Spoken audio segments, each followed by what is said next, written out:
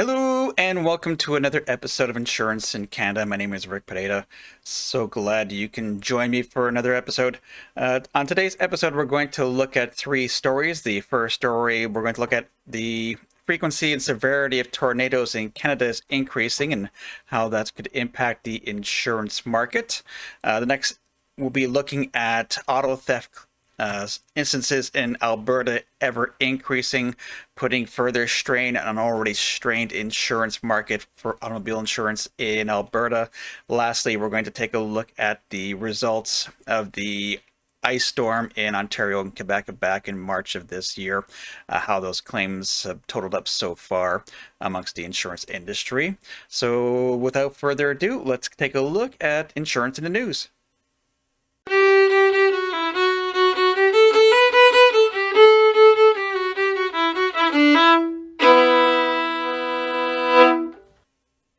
So our first article we're going to take a look at looks at the frequency and severity of tornadoes in Canada and how that is trending.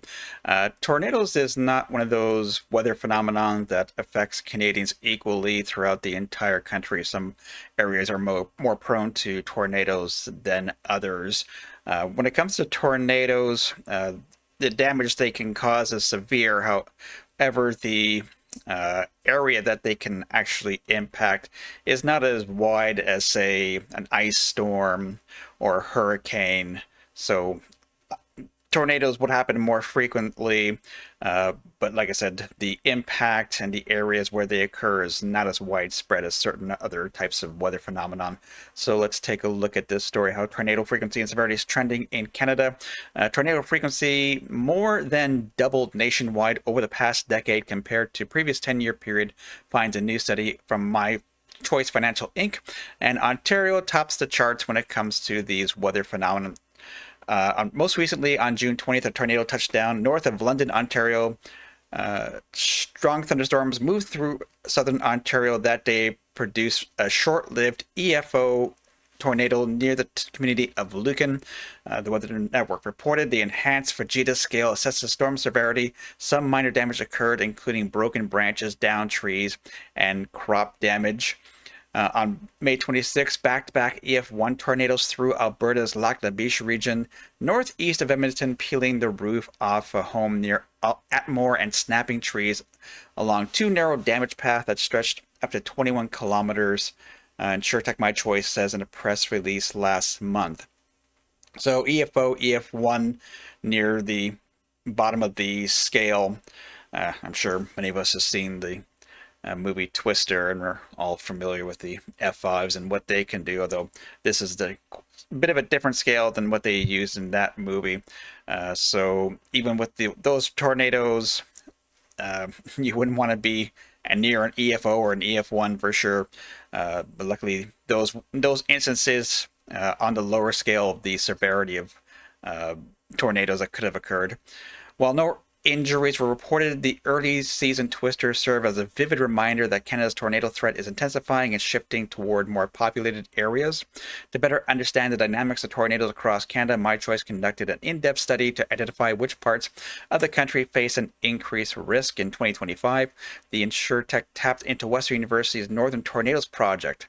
Using the Project Advanced National Dashboard, My Choice pulled two equal 10-year slices of data, 2005 to 2014 and 2015 to 2024, and tallied every confirmed event by enhanced Fujita rating, EFO to EF5, broke those counts down by province to spotlight regional shifts, zeroed in on the EF2 and stronger subset, which is least sensitive to improvements in tornado detection over time. The study found tornado frequency more than doubled nationwide. Canada now averages 88 tornadoes per year, up from 41 in the prior decade. An overall 114% increase. It also found EF2 plus events, those with wind speeds between 180 and 220 kilometers, increased by 123%, underscoring that the uptick is not just limited to weak land spouts. By province, the study found Ontario leads with 347 events from 2015 to 2024, up from 221 in the prior decade, and its EF2 strikes have almost doubled to 69, meaning damaging roof-lifting storms are becoming an annual reality.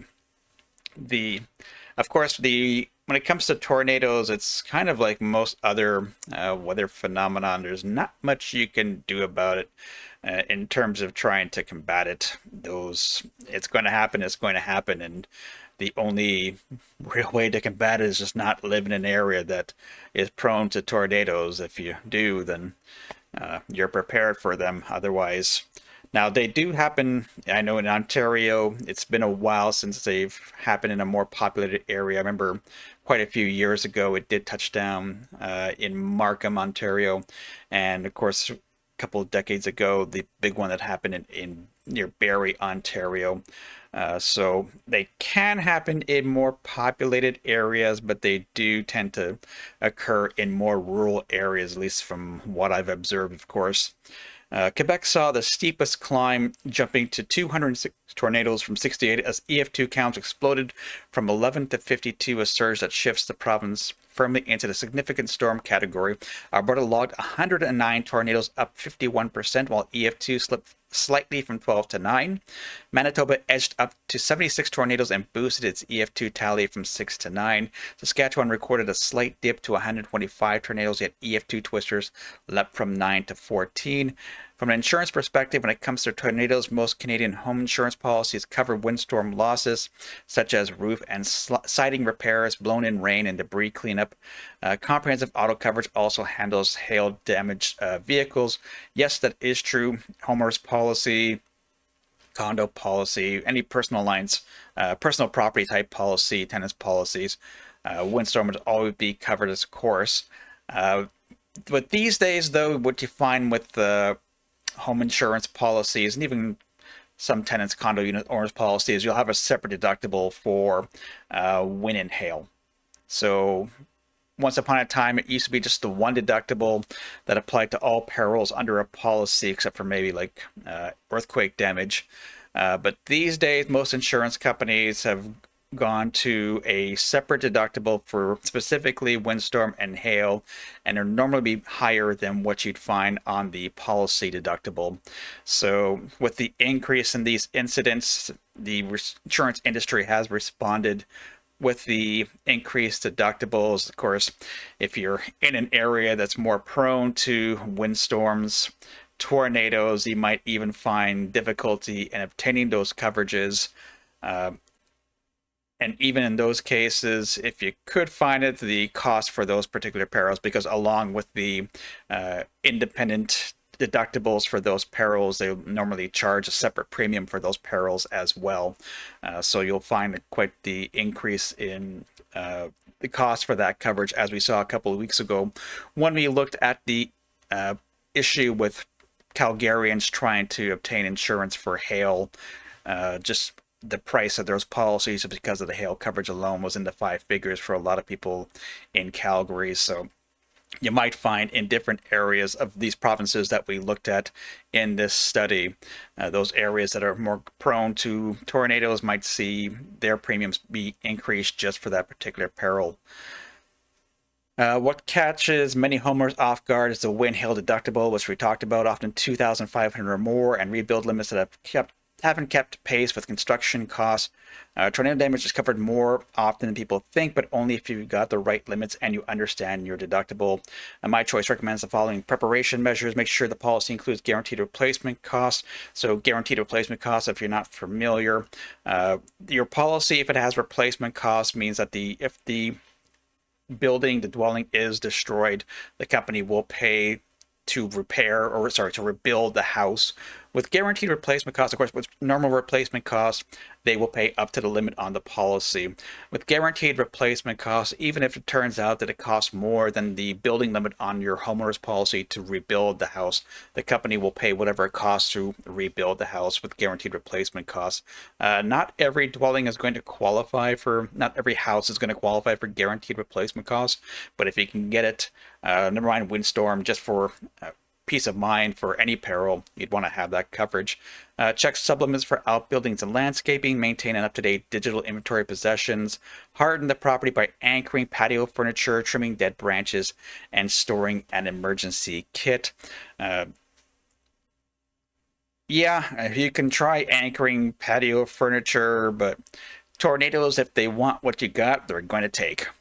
There's other things you can do if you live, if your principal residence is a mobile home, manufactured home, single wide trailer, double wide trailer, park model trailers, those types of homes, is to look at straps to straps the house down. There's an image here of looks like a double wide trailer with straps to strap the house down. These types of houses, they don't weigh as much as a built house, a constructed house, so it is possible for a tornado to actually pick this thing up and toss it. With the straps, it will help try and keep the roof on the building intact. So if, like I said, if your principal residence or if you have a seasonal residence that's one of these types of houses, this is definitely something you should be considering to try and protect at least the roof of the dwelling.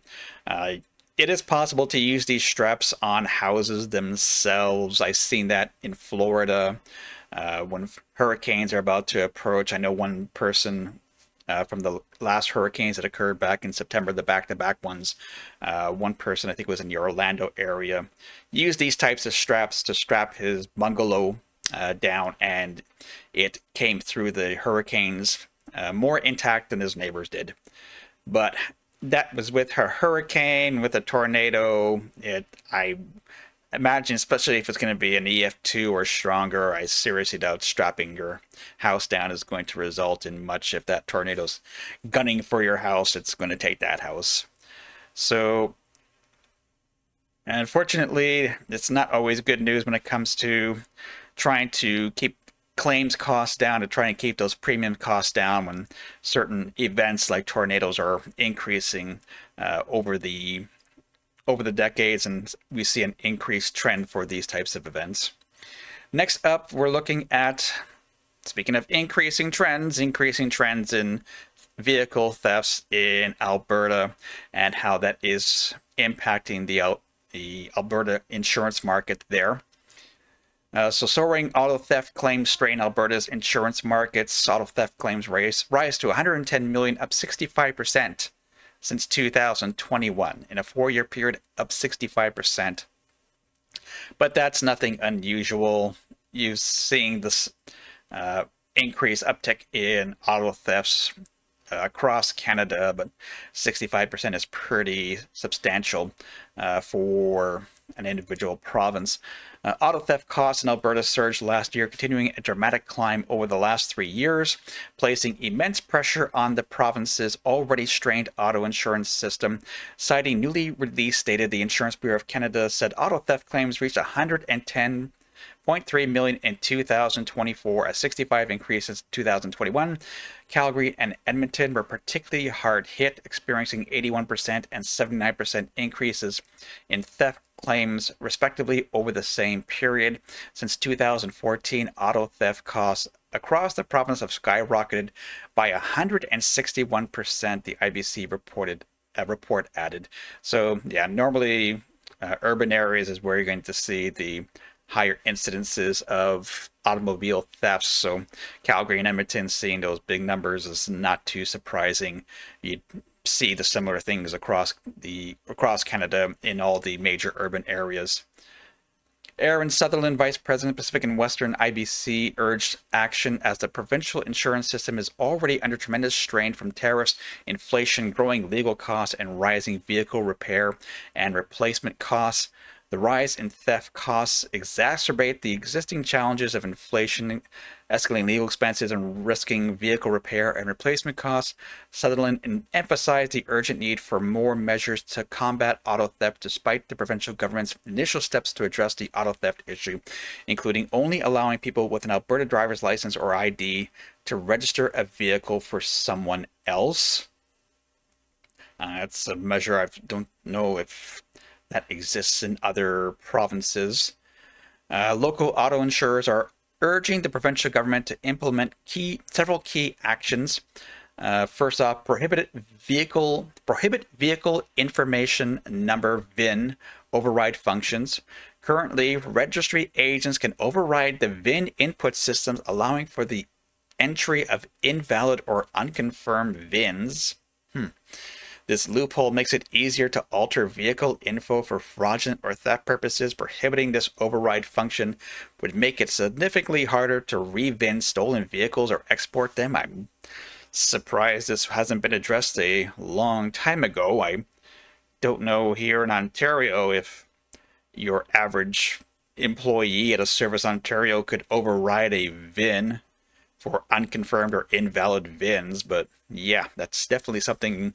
If your province or territory allows that, that's definitely something you should contact your provincial parliament legislature to prevent that, because that's a pretty serious way or serious exposure to having false VINs being put into the provincial registry system.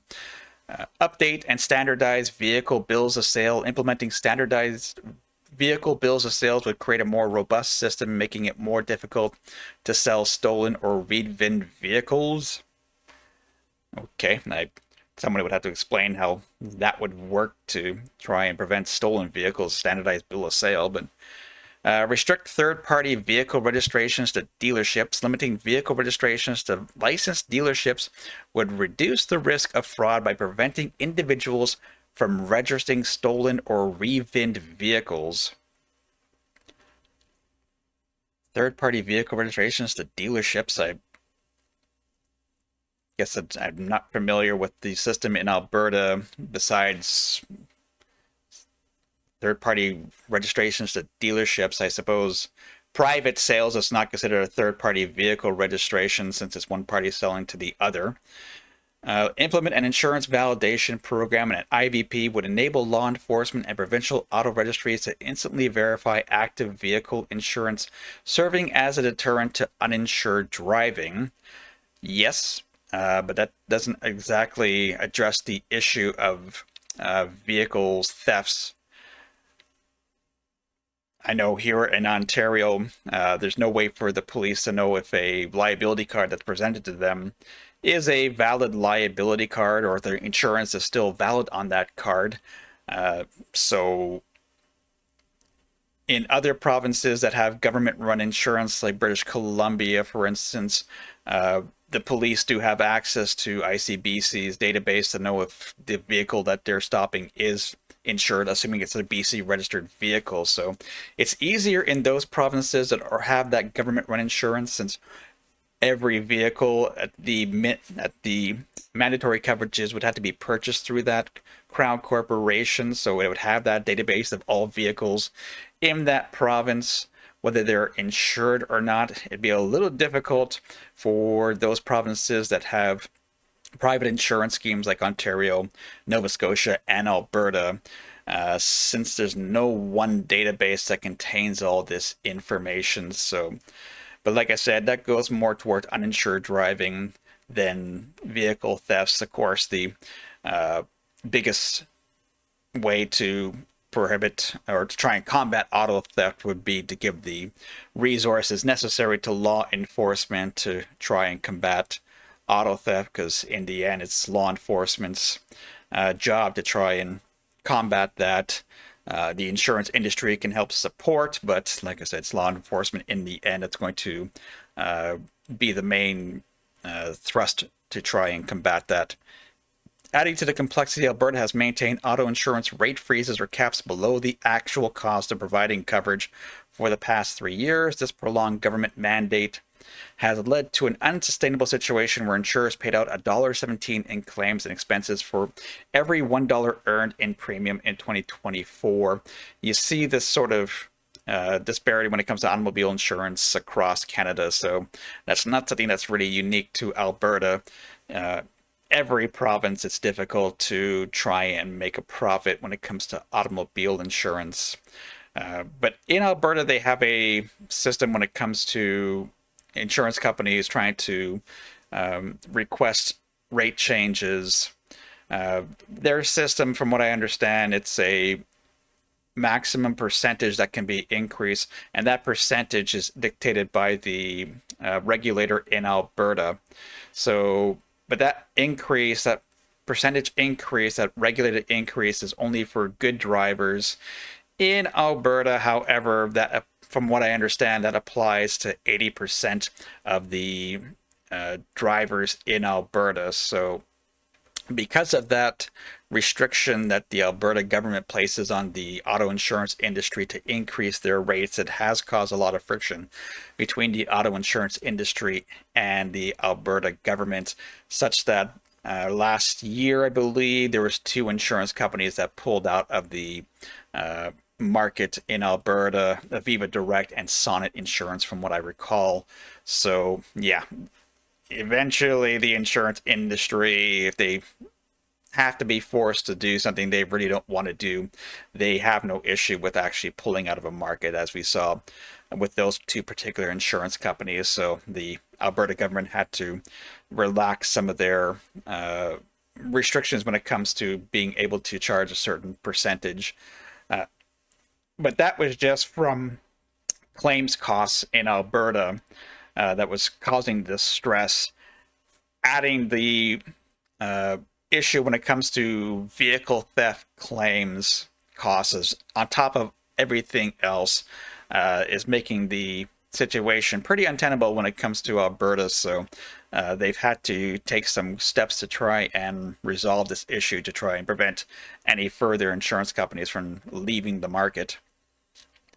This unsustainability has forced insurers to restrict the sale of coverage, making it challenging for many drivers to secure necessary coverage. The IBC warned that unless rates are allowed to reflect the true cost of coverage, the effectiveness of the Care First auto insurance model, set to launch on January 1st, 2027, will be jeopardized. Furthermore, a report from consulting firm MNP indicates that the government's intention to retain the ability to sue within this model could add up to $136 to annual premiums, raising questions about potential savings for drivers. And we took a look at that. I believe that was the last episode about the new insurance system when it comes to accident benefits and suing drivers for the injuries you suffered in an automobile accident in Alberta.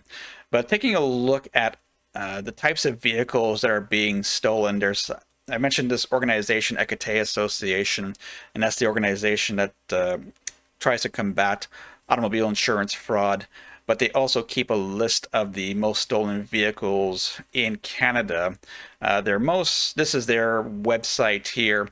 Their most recent list is from 2023. I haven't seen the 2024 list, but across Canada, top 10 most stolen vehicles: Toyota Highlander is number 1, Dodge Ram, Lexus, Honda CR-Vs, Toyota RAV4, Honda Civic, Jeep Wrangler, Land Rovers, Chevy GMC, Yukon Tahoe series, and the Chevy GMC Sierra 1500s for those various model years.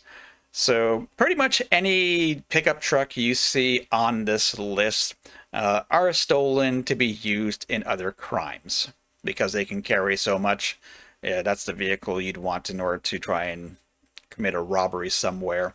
If it's not a pickup truck, that's a vehicle that's going to be stolen in order to send overseas to some criminal organization that's selling vehicles in Africa and Asia, the most areas that in the world that are targets for stolen vehicles in Canada. So that's across Canada. If we come down here, we can see 2023's list for Alberta. Pretty much it's all pickup trucks. Chevrolets 2007, 2006, Dodge Rams 2022, F350s, F150s. You see the Ford Lincoln Escape, Corsair, Mariner series, Lexus down at the bottom. So yeah, a lot of those, this is all pickup trucks being used to commit robberies. You're not going to see too many of these pickup trucks. Maybe the newer ones like the 2022 Dodge Rams number 3. That might be one that might be exported elsewhere. But yeah, you see a lot of the pickup trucks are from early 2000s. Early to mid 2000s, probably pickup trucks that didn't have any sort of security system to try and combat vehicle theft. So they might be a little easier to try and steal from those particular model years as opposed to more recent model years. Lastly, we're going to take a look at the claims estimates from the ice storms back in March in Ontario and Quebec. CatIQ's ice storm losses estimate for Ontario and Quebec 416 million. CatIQ has released its third industry loss estimate for the ice storm that impacted Ontario and Quebec from March 28th to March 31st, 2025, placing insured losses at 416 million. The estimate includes residential commercial motor claims along with loss adjustment expenses. According to the Toronto-based catastrophe data provider, the figure reflects continued growth in personal lines claims, while commercial and motor claims have shown limited change since the previous update. Earlier estimates stood at 342 and 402 million. The storm brought prolonged freezing rain across southern Ontario and Quebec. In the Kawartha, some areas recorded up to 35 hours of freezing rain with ice accretion reaching 25 millimeters. The storm caused widespread damage to trees, power infrastructure, and other property, leading to extended power outages in several communities. So ice storms, one of those natural events that you can't really do anything to try and prevent. The only thing you can try and do is try and prevent the damage that's caused after the ice storm has passed. That can be rather difficult, especially when we're talking about down power lines, making your house uninhabitable because power's out. The heating is probably not going to be working, so trying to reside there is going to be difficult, as well as, of course, the issues of falling tree branches that get ripped from the trees because of the weight of the ice, and just the weight of the ice on houses, on the roofs themselves as well. There's not, like I said, prevention, not much you can do about it. It's just what you can try and do afterwards to try and combat trying to get the ice off of the roof of your house, but that can be rather difficult. You're not going to be able to go up onto your roof to try and hack at the ice. There's no way you can just stand on the ice on the roof. So while we typically expect to see increases in claims numbers slow by the 90-day mark, the continued growth in personal claims is not surprising, given the location of most significant damage. That's true, but keep in mind that was back in late March the ice storm occurred, but I've had clients who've reported the damage to their properties, their seasonal residences, long after into May and June, because they haven't gone up to check on their properties and are only realizing it. The damage occurred to their properties in, say, May or June when they're able to get up there. So it's going to be a while before we get any final numbers when it comes to the extent of the damage caused by March's ice storm because of that. It's understandable that there may have been delays in reporting damage for cottage or holiday properties. Yep, that were only more recently reopened for the summer season. Ice-related weather events occurred regularly in the lower Great Lakes and St. Lawrence regions. Significant storms have previously occurred in April 2018 and 2022. The 1998 ice storm, and I remember that one vividly, remains one of the most disrupted weather events in Canadian history. CatIQ plans to release fourth and final market loss estimate on September 30th, 2025, in line with its standard 6-month reporting schedule. So ice storms, like I say, they're a regular occurrence in Ontario and Quebec, but they are probably of more concern in Ontario and Quebec just because they seem to happen in this region more than other regions in Canada. I'm not saying that it doesn't happen, but you don't hear about these ice storm events causing as big as damage in other areas of Canada as you do in Ontario and Quebec. So it'll be interesting to see what the final numbers turn out to be for that one. I don't think it's going to be, the damages are going to be as severe as they were, say, back in 1998. However, catastrophic type losses like this is going to be an issue for the insurance industry in terms of trying to properly price the product for personal lines property, commercial lines property, taking into account these sort of events, because these sort of events, it's not limited to any one area of the province, as opposed to tornadoes. Tornadoes in Ontario, we have a good idea of where these more commonly occur, but something like an ice storm can cover the entire southern half of Ontario and most of central and southern Quebec. So yeah, when these sort of events happen with ice storms, the damage is going to be more severe and widespread, but something that we take into account just as much when it comes to ice storms as it is with tornadoes, where they occur, and trying to properly price it.